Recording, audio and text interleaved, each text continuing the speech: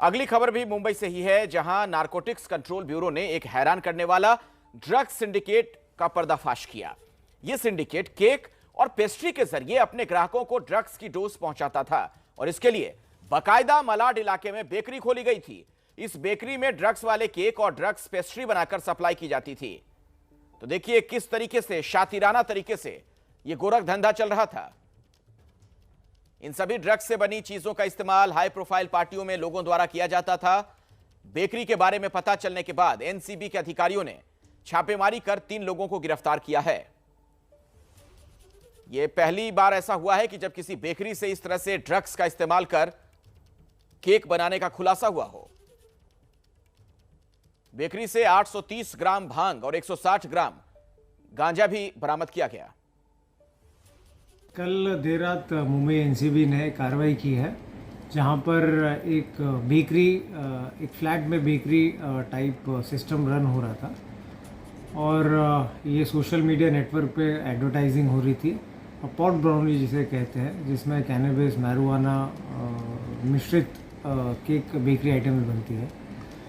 तो वहाँ पर सर्च किया गया। उसके बाद में तकरीबन 1 किलो की सामग्री वगैरह सीज की गई वहाँ पर, और 3 व्यक्तियों को भी इंटरसेप्ट किया गया, जिसमें से एक महिला है और एक युवक है जिसे अरेस्ट किया गया एनडीपीएस एक्ट के तहत।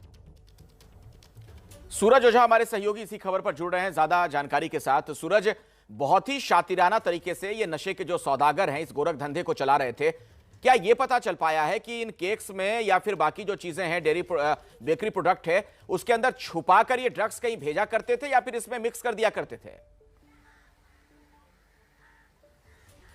जी आदर्श, ये जो आरोपी हैं ये बड़े ही शातिराना अंदाज में ड्रग्स की सप्लाई करते थे, ड्रग्स बेचते थे। अब तक जो बात सामने आ रही थी कि ड्रग्स केक के अंदर छुपाया जाता था, तो वैसा नहीं था। ये आरोपी ड्रग्स का इस्तेमाल करके, ड्रग्स को एज ए इंग्रेडिएंट इस्तेमाल करके केक बनाते थे और उस केक को बेचा करते थे।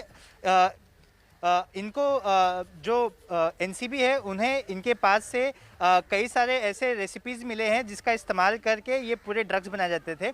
अखिलेश, एनसीबी ने बताया कि ये जो नया वे है, जो नया जिस तरीके से ये ड्रग्स बनाए जा रहे हैं, ये विदेशों में काफ़ी प्रचलित थे, तो जिसका इस्तेमाल कर अब मुंबई में भी ड्रग्स की बिक्री की जा रही है। क्योंकि एनसीबी ने कई कार्रवाई की है, इसमें अब ड्रग्स बेचना काफ़ी असंभव सा हो गया है लोगों के लिए। ड्रग्स के मार्केट में एक तरह का इन्फ्लेशन आ चुका है। तो एनसीबी को एक इन्फॉर्मेशन मिली थी कि एक कपल है जो मलाड के इलाके में एक सोसाइटी में उसने एक फ्लैट बुक किया है और उस फ्लैट के अंदर वो बाकायदा बेकरी चलाता है। बेकरी के अंदर वो केक बनाता है और बाकायदा इस चीज़ की जो जानकारी अपने ग्राहकों तक इंस्टाग्राम के थ्रू पहुंचाता था। इंस्टाग्राम पे बाकायदा ऐड होता थे। उस ऐड में अगर कोई सेलेक्ट करता था, बाद में आप डायरेक्ट एसएमएस के थ्रू, जो उसके अंदर अगर डीएम होता है, डायरेक्ट मैसेज के थ्रू आप उनसे कैनबी के केक भी ऑर्डर कर सकते हैं। और ये केक इतना ज़्यादा नशीला होता था कि अगर कोई कैनबी स्मोक करता है और अगर कोई कैनबी वाला ये केक खाता है तो ये केक का असर कुछ ज़्यादा समय तक होता है। साथ ही चौंकाने वाली बात ये भी सामने आई है कि ये जो आरोपी हैं, ये लोगों ने इस पूरे बनाने की जो वे है, कैसे बनाया जाता है, इसे इंटरनेट से सीखा है।